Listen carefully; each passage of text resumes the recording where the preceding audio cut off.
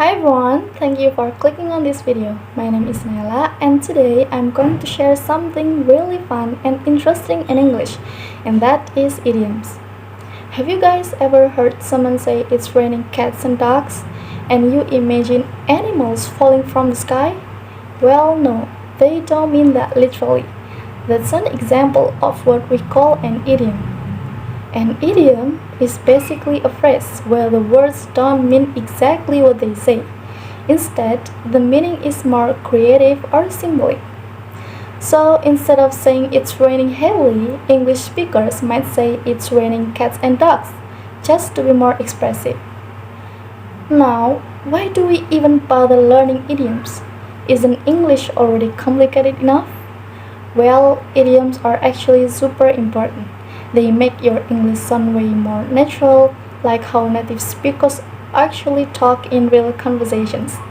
You will find idioms everywhere, in movies, songs, books, even casual chats. When you understand idioms, your listening and reading skills also get better, and it really helps when you want to sound fluent or express yourself more creatively in speaking and writing.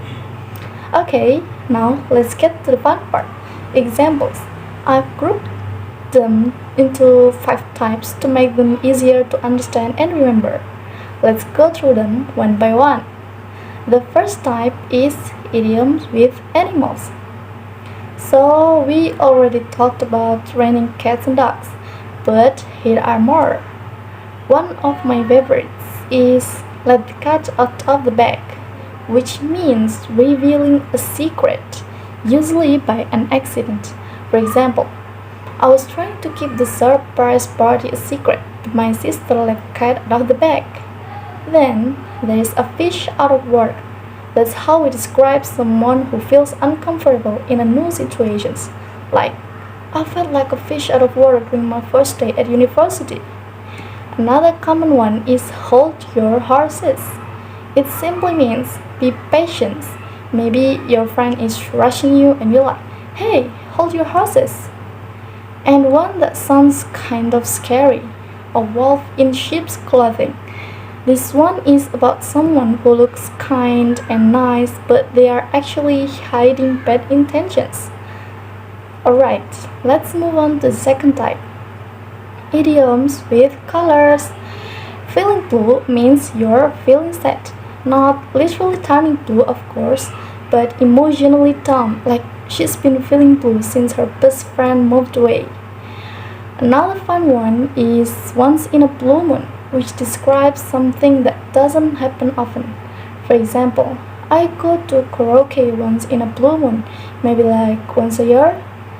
Then we have caught in red-handed, which is what happens when someone gets caught while doing something wrong, like a thief getting caught stealing at that exact moment.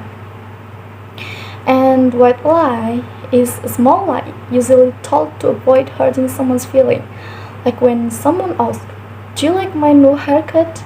And you say yes, even if you're not too sure. That's a white lie. Next, we have idioms with body parts. First, break leg. Now, don't panic. It doesn't mean someone should actually break their leg. This idiom is actually used to wish someone good luck, especially before performances. So, before your friend goes on stage, you say, break a leg. Then there is lend a hand, which means to help someone. Like, can you lend a hand with carrying these bags? And then we have cost an arm and a leg. Means something is super expensive. For example, the phone cost an arm and a leg. I could never afford it. And then, get cold feet. This happens when someone feels super nervous right before doing something important, like a groom suddenly panicking before the wedding. Moving on, we have idioms about time. First, beat the clock means finishing something before the deadline. Like, we managed to beat the clock and submit our assignment just in time. Call it a day is used when you decide to stop working or studying for the day. Like, we've been here for hours, let's call it a day. And The next is in the nick of time. That means you made it just in time, like right before it's too late. For example, she caught the bus in the nick of time. Now we are almost done, but don't go just yet. Let's look at the last type, idioms with weather. Under the weather means you're feeling sick.